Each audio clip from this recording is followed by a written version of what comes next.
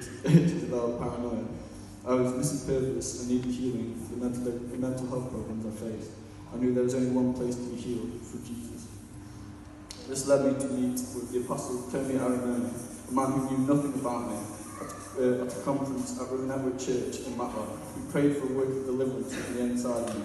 Through Tony, the Lord told me, I showed up to you at the time when everybody said there was always going to be some kind of learning difficulty that was going to hinder your progress in life.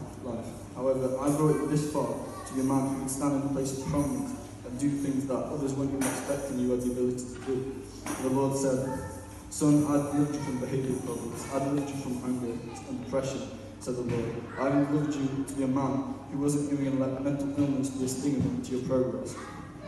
And now if you allow me, said the Lord, I still want to finish the work of deliverance on the inside of you. I want to touch your brain chemistry. I want to touch where the enemy tried to send paranoia, where he even tried to send some kind of mental degradation against you during childhood.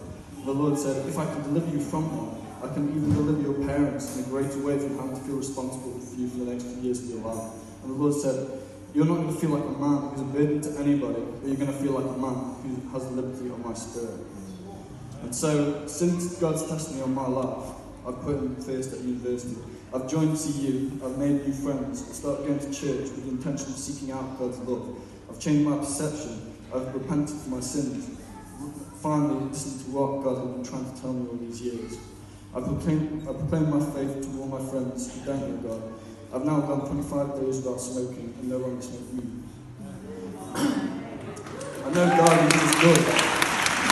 And so the Lord tells me to quote in His words today. Jeremiah 29 says, For I know the plans I have for you, declares the Lord. Plans to prosper you, not to harm you. Plans to give you a hope in the future. Then you will call on me and come and pray to me, and I will listen to you. You will seek me and find me, and you seek me with all your heart. I will be found by you, declares the Lord, and will bring you back from captivity. I will gather you from all nations and places where I have banished you, declares the Lord, and will bring you back to the place from which I carried you into exile. So I want to look at every single person today and tell you that God has a plan for your life and wants a relationship with you. Do not lose hope. After witnessing my good friend Mo Ali's baptism here at Reach on the 17th of March, I realised I need to take this next step.